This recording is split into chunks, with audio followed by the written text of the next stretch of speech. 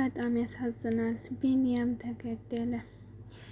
ያፌት ደግሞ ታሰረ። ነገር ግን እለቀቃለሁ እያለ ነው። እሱ በገንዘቡም ሰውም ስላለው ሊለቀቅ ይችላል። እንግዲህ ሉሊትም እጇ ተቆርጧል።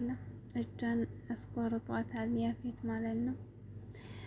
ንገሪ ተናገሪ ቢሏት ምንናት እንግዲህ አልነገርም በደብቃ ይዛለች። ግን በጣም የሚያሳዝነው የቢንያም መገደል ነው።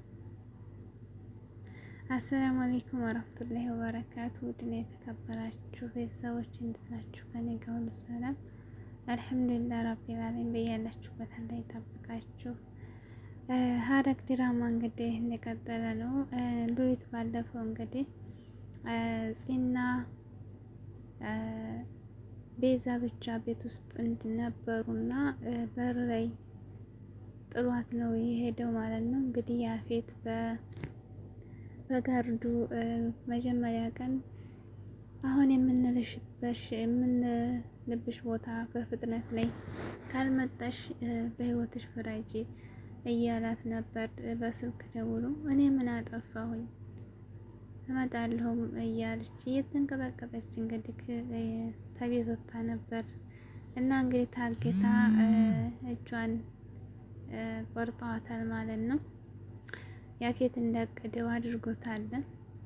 ያው ብዙ ጊዜ ታግሷት ነበር። በስተመጨረሻ እንግዲህ እንደዛ አሰቃይቷታል። እሷንም ደግሞ አምጥተው በሩ ላይ እንግዲህ ፂና ቤዛ ብቻ ነበሩ ቤት የነበሩት። በጨለማ አምጥቶ ነው እንግዲህ በሩ ላይ እየጣሏት ማለት ነው። በጣም ነበር የደነገጡት እነዚህ የሚያደርጉ ግራ ገብቷቸው። ስልክ ሲደወል ናታ ነበር የደረሰላቸው። ናታ ደርሶ እንግዲህ ምንድነው የሆነው ነገር ቢባል ምንም የምናውቀው ጉዳይ የለንም፣ የሆነ ሰው ጥዋት ወደዚህ ጋር ከፈት ስናደርገው ወርቃለች ብለው ሲሉ አንስተው እንግዲህ ወደ ሆስፒታል ነበር ወሰዷት። ከዚያ በኋላ የተፈጠረውን ንገሪኝ ብለው እንግዲህ ናታም ሁሉም ቢሯ ቢሰሯት እምቢ አለች ማለት ነው። መናገር አልፈለገችም።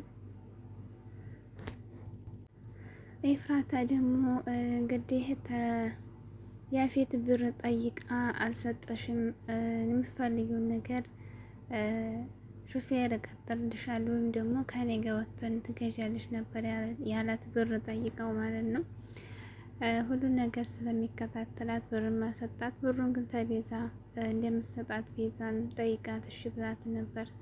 እናም እንግዲህ ያንን ተከታትሎ ደርሶባት በቦርሳ ብር አድርጎ በሌላ ሰው አስልኮባታል ማለት ነው። እንግዲህ በር ተቆርቆሮ ቦርሳውን ብቻ ተቀብለው የቤት ስገባ ሰውየውን ሳትጠይቀው ማንነቱ ሳታውቀው ነው የሄደው። ያንን ብር እንግዲህ ቦርሳውን ቆይ ማን ነው እንደዚህ እኔ ማን ነው ሳላውቀው አፋጥኖ የሄደው እያልሽ ግራ ገባት ማለት ነው። እንግዲህ የዛ ለታ ያፌት ነው እንደዛ በሌላ ሰው አስልኮ እንደዛ ያደረጋት ማለት ነው። ምን እንደምትሰራ ምን እንደምታደርግ እሱ ሊያጣራ ነው።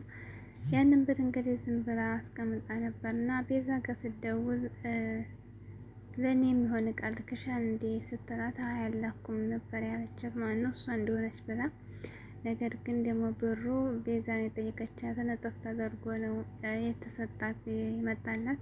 እንዲሁም ደግሞ ፍራታ ላንቺ ነው ተጠቃሚበት ተብላ ደብዳቤ ተቀምጦላት ነበርና ማን ነው እያ በጣም ተጨንቃለች።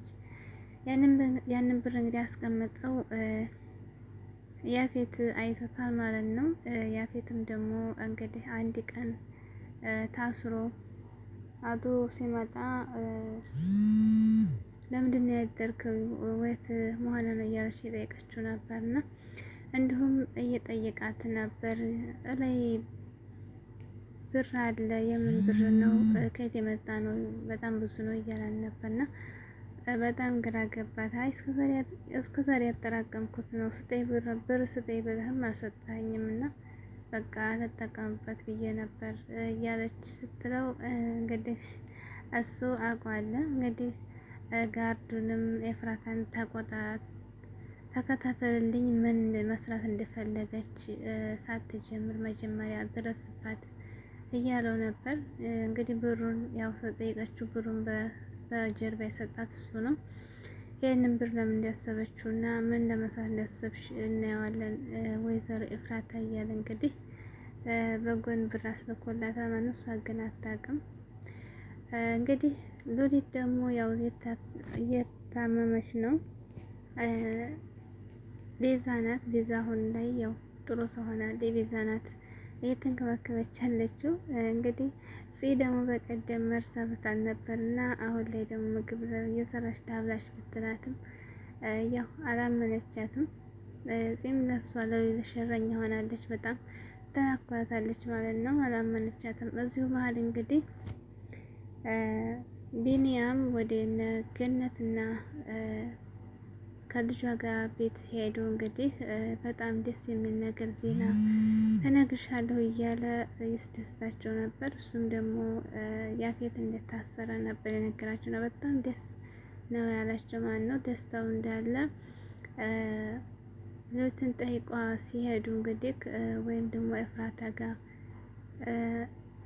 እንዴት ልጅ ብቻዋን እያለች በጣም ሉሊት ገነት ትሰጋለች እና አብረን ብለው እምቢ አሉ። እሱ እንግዲህ በጨለማ ሲሄድ ነው እንትን ያለው። መጀመሪያ እንግዲህ የያፌት አክስት በቀደም እንትን እያሉ በዚህ ስለተጣሉ በዛ ነገር ነበር እየተናደደ የነበረው። በጨለማ ነበር እንግዲህ ያጠመዱ ማለት ነው። በጣም ያሳዝናል። ቢኒያም ግን መሞት ያልነበረበትም በእውነት ግን ያፌት በጣም እጁ ረጅም ነው በእውነት እኔ እንጃ። እንግዲህ ናታ ብቻውን ቀረ። ናታ ደግሞ እንግዲህ ጓደኛው